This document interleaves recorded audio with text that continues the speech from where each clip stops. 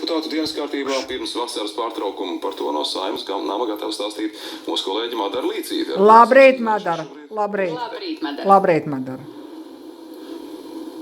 Labrīt, kolēģi, labrīt, skatītāji. Jā, pirms sesijas starplaika Saeimas deputātiem šodien ir gara un plaša darba kārtība, un šorīt uz sarunu esmu aicinājis Saeimas sociālo un darba lietu komisijas priekšsēdētāju Andru Bērziņu no Zaļo un Zemnieku savienības. Labrīt, Bērziņu. Labrīt. Skatāmajiem jautājumiem ir daudz un dažādas diskusijas bijušas par virsstundām, un šodien Saeimai būs jālēm par virsstundām mediķiem. Tad kas nākotnē sagaida šos medicīnas darbiniekus?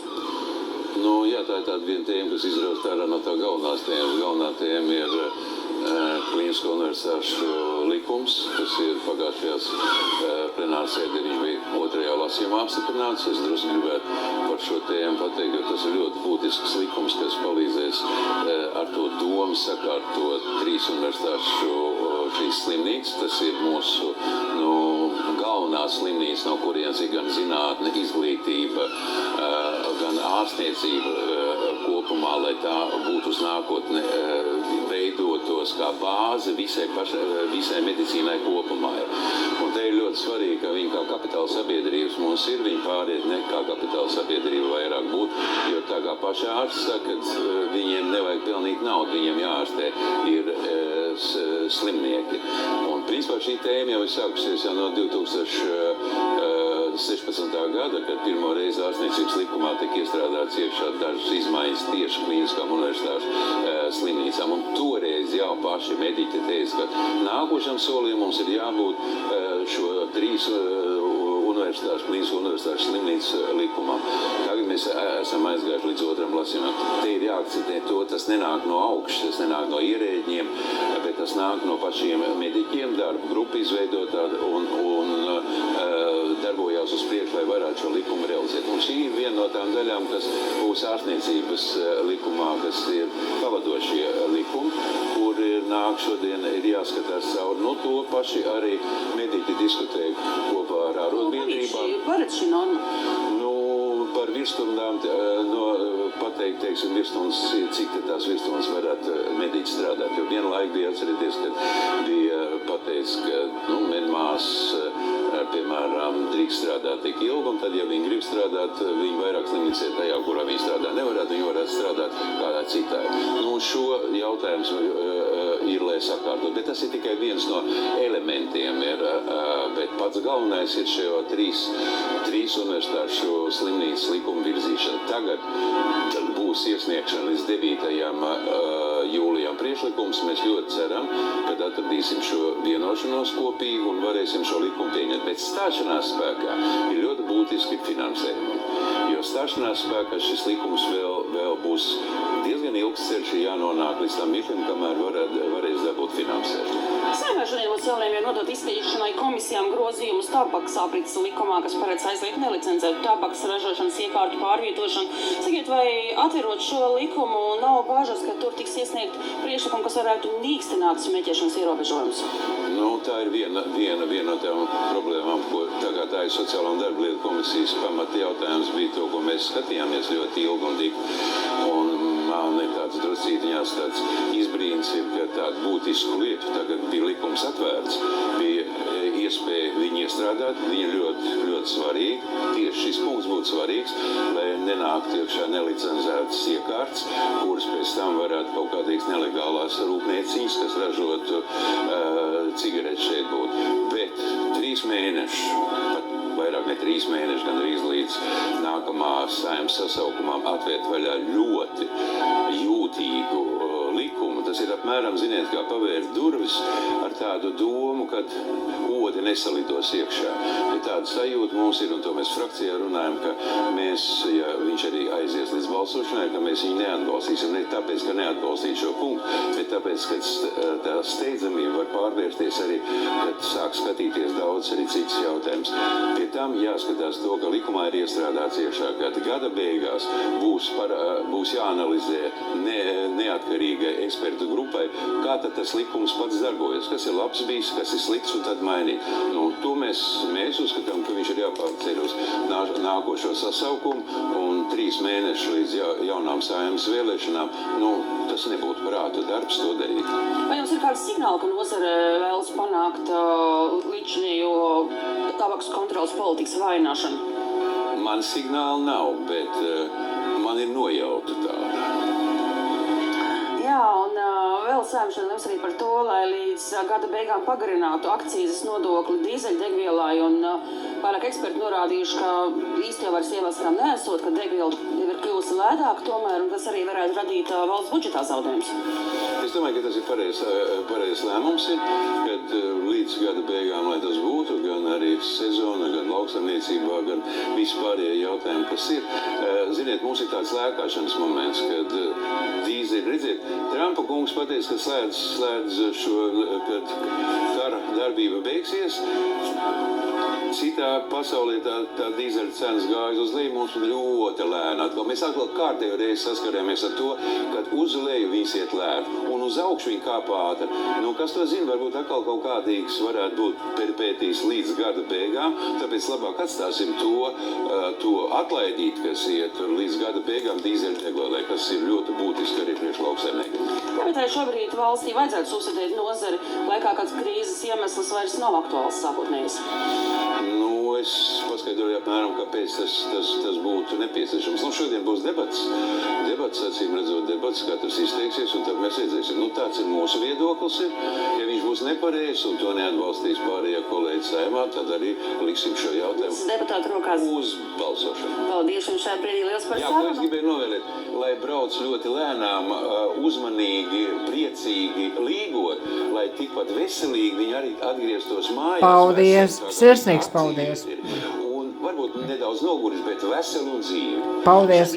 Paldies. Paldies par sarunu. Kolēģi, vārds jums atgriežamies studijā. Paldies, Madara. Paldies. Madara Līcīte no Saeimas, bet mēs turpināsim ar citu tematu. Kamēr veselības ministrija uzdevusi Stradiņas slimnīcas valdei sakārtot jautājumu par regulārajiem sastrēgumiem slimnīcas uzņemšanā, kas kavē arī NMPD brigāžu darbu, iezīmējas cita problēma, proti lielai daļai pacientu nemaz nav vajadzīga uzņemšana universitātes slimnīcā un pietiktu varbūt ar ģimenes ārsta apmeklējumu akūtajā stundā. Vienlaikus izskan ideja par vēl kādu slimnīcu Rīgā, kur šādi pacienti varētu vērsties. Tāpat platformā Mana balss LV ievietota iniciatīva par diennakts neatliekamās palīdzības atjaunošanu Rīgas pirmajā slimnīcā. Par vēlamajiem un iespējamajiem risinājumiem šorīt izvaicāsim neatliekamās medicīniskās palīdzības dienesta direktori Lieni Cipuli. Labrīt. Labrīt. Jūs visai tā cieti novērtējāt situāciju, ka tas tā nevar turpināties, jo apdraud pacientiem neatliekamās palīdzības saņemšanu. Nu, cik kritiski tas šobrīd ir? Kā tad izskatās? Jāsaka, ka šī situācija ar rindām pie Stradiņas slimnīcas ir diezgan sena. Var teikt, pat vairāk gadu garumā, un arī iepriekš esam par to ik pa laikam, tas ir nonācis sabiedrības redzeslokā.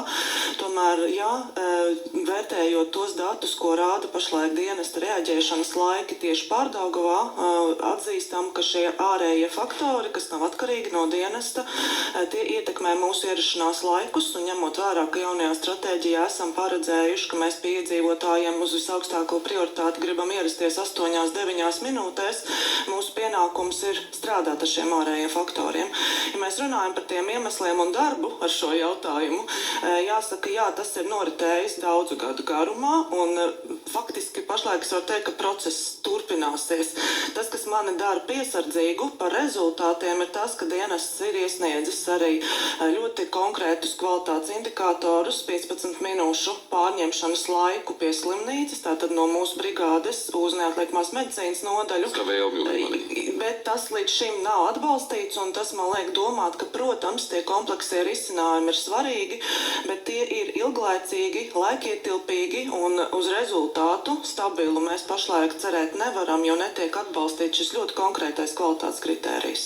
Es saprotu, jums arī ar nozares ministru ir bijusi tikšanās, tomēr par tādiem ātriem risinājumiem runājot, nekas nav pavēries, ko tad vēl var darīt, lai vismaz saīsinātu, nevar būt optimālo laiku sasniegtu, bet lai tas nav tāds ārprāts. Ministrs ļoti aktīvi iesaistījās iesaistījās arī iepriekšējā gadā šī jautājuma risināšanā, un cik man zināms, patiešām gan strādā Rīgas domi, kopā meklējot iespējas rast pacientiem ārstēšanos, sevišķi aprūpes gultu pieejamības uzlabošanā Rīgas pilsētā. Tomēr ir ļoti svarīgi arī paši slimnīcas iekšējie procesi, jo ir jāsaprot, ka brīdī, kad viss mūsu Pārdaugavas brigādes ir sastrēgušas pie vienas slimnīcas ieejas, mums nav ko sūtīt uz izsaukumiem pie iedzīvotājiem, un to, diemžēl, redzam mēs savā pusē. Mums uz ekrāna ir izsaukumi, bet visas brigādes ir aizņemtas. Jo stāv vienkārši. Jo vienkārši, jā, atrodas pie slimnīcas. Un tas nozīmē, ka pie iedzīvotājiem dodas brigādes no citiem Rīgas reģioniem, kas nozīmē gan ļoti garus pārbraucienus pašām brigādēm, stresainā situācijā ar bākugunīm, ar sirēnām, gan arī, protams, garākus ierašanās laiku. Tieši tā tas nav efektīvi. Līdz ar to es gribētu teikt, ka es ļoti priecājos par arī vakar notikušo diskusiju. Ministrijā tika identificēta virkne jautājumu, pie kuriem tika nolemts arī strādāt, un arī es saprotu, ka Stradiņu slimnīca ir apņēmusies pilnveidot savus procesus, bet kamēr nav izmērām rezultatīvo rādītāju un termiņu, kādos mēs to gribam sasniegt, jāsaka, ka es esmu piesardzīga, jo ņemot vērā ilgo laiku līdz šim, man nav pamata pašlaik domāt, ka tas atkal nebūs tāda epizode, kura nerezultēsies ar taustām rezultātu. Bet mēs ievadā jau pieminējām to, ka varētu iespējams būt risinājums no citas puses, ka nav uz universitātes slimnīcu visiem jātop,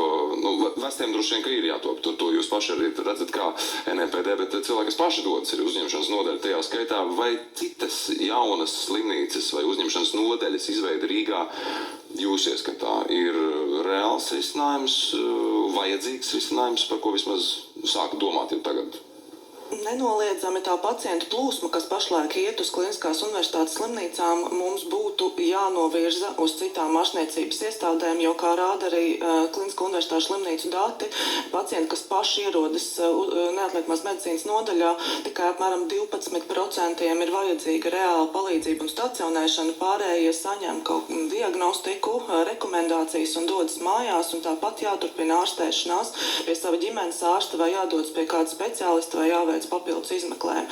Līdz ar to, protams, ka mūsu uzdevums ir novirzīt šos pacientus tur, kur viņiem primāri būtu jānonāk, jo neatliekamās medicīnas nodaļas ir paredzētas situācijām, kad ir jārisina ļoti smagas un nopietnas veselības problēmas, jāglāb cilvēku dzīvība, un nav pareizi, ka vienā plūsmā dodas gan šādi pacienti, kuriem faktiski nevajadzētu tur nonākt, gan tie, kuriem ir ļoti nopietnas veselības problēmas. Tās bijušās funkcijas atjaunošana pirmajā slimnīcā, kā opcija arī izskanējusi. Es esmu par to arī skeptiska, bet es noteikti piekrītu tam, ka papildus aprūpes gultas Rīgas pilsētā vai arī sadarbības teritorijās vai izmantojot citu slimnīcu kapacitātes ir jāveido, jo Kliniskās universitātes slimnīcas var veikt šos diagnostiskos pasākumus hroniskiem pacientiem, nozīmē tā ordinācijas ārstēšanu, bet nevienmēr tieši pacientiem jāārstējās ar Kliniskās universitātes slimnīcā, tāpēc arī vakar par to tika runāts. Ļoti nav laba situācija tā, ka Rīgā faktiski no tām pieejamām slimnīcām ir tikai 2 Kliniskās universitātes slimnīcas. Faktiski mēs tā ir vienīgās 2 slimnīcas, uz kurieni nonāk jebkurš pacients, kurš ienāk mūsu mašīnā un kuram ir problēmas dažādas. Jāatzīst, arī mēs savā etapā redzam, ka pusi no pacientiem, kas mūs izsauc, mēs arī atstājam mājās, aicinot viņus savādāk risināt savus jautājumus, un nonākot neatliekamās medicīnas nodaļā, mūsu uzdevums ir